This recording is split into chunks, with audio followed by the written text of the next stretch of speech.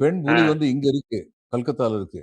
புலிக்குட்டிய டெல்லிக்கு அனுப்பி வச்சிருக்கு. மொஹுவா மொய்த்ரான்னு ஒரு புலிக்குட்டிய டெல்லிக்கு அனுப்பி வச்சிருக்குன்றாங்க.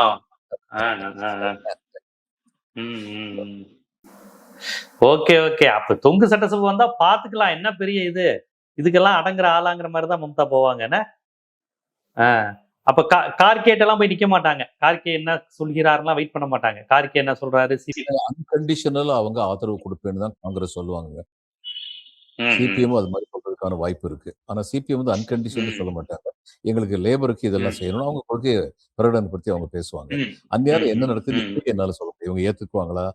ஏன்னா அப்படி ஏத்துக்கிட்டாலுமே அது எவ்வளவு டெனபிளா இருக்கும். அடுத்து என்னென்ன மிஸ்சீஃப் எல்லாம் பண்ணுவாங்க. இவங்க கட்சியில இருந்தே ஆட்களை கடத்திட்டு போறதுக்கு பிஜேபி முயற்சி பண்ணுவோம். இது எல்லாமே வந்து இவங்களுக்கு தெரியும். அதனால எல்லாத்தையும் சீர்தூக்கி பார்த்து she is a pure political animal. அவங்க உடம்புல வந்து ஒவ்வொரு சொட்டு ரத்தமும் வந்து அரசியல் பேசுது. அப்படிப்பட்ட ஆள் அவங்க.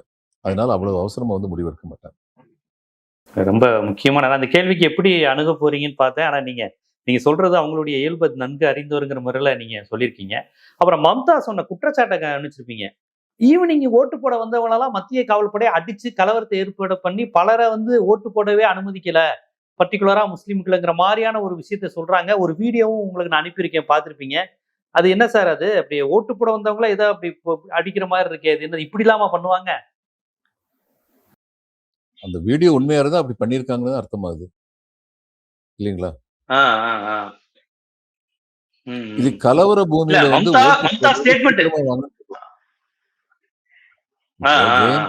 ஜேஎன்சில வந்து சிஆர்பிஎஃப் வாங்கும்போது அவங்க வந்து வெளியில நின்னுகிட்டு ஆட்கள்கிட்ட வந்து சொல்லுவாங்க, நீங்க வந்துட்டீங்க, உங்களுடைய உறவினர்கள் எல்லாம் சீக்கிரமா அனுப்பி வைங்க, நீங்க தான் பாதுகாப்பை பாக்குறீங்கல்ல அப்படின்னு சொல்லுவாங்க. அது நடந்திருக்கு. அங்க போலிங் ஆபீசரை போன என்னுடைய நண்பர் ஒருத்தர் சொல்லியிருக்காரு.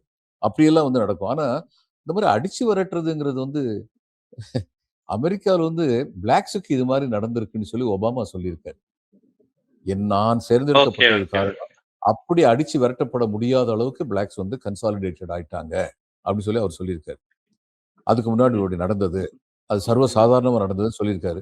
ரிப்போர்ட்டடே கிடையாது அது. ஆனா அவர் சொல்லும்போது நம்ம எப்படி நம்பாம இருக்க முடியும்? One of the most decent presidents of the US வந்து ஒபாமா, சந்தேகமே இல்லை. அதே மாதிரி மம்தா வந்து இந்த குற்றச்சாட்டு சொன்னா அதுக்கு ஆதாரம் வேற சொல்லியிருக்காங்க. இதுல என்ன பிரச்சனைனாங்க, இப்படி ஒரு ஆதாரம் சொல்றாங்க, இந்த ஆதாரம் தவறா இருந்ததுன்னா சரி, வீடியோ தப்புன்னா இவங்க சொல்லணும்ல வீடியோ தப்புன்னு சொல்லி. இவங்க மௌனம் காத்தாங்கன்னாலே அதுல ஏதோ உண்மை இருக்குன்னு சொல்லித்தானே அர்த்தமாகுது. வீடியோ இப்பதான் நான் பார்த்தேன். ஆனா அவங்க கம்ப்ளைண்ட் நேத்தே வந்துருச்சு.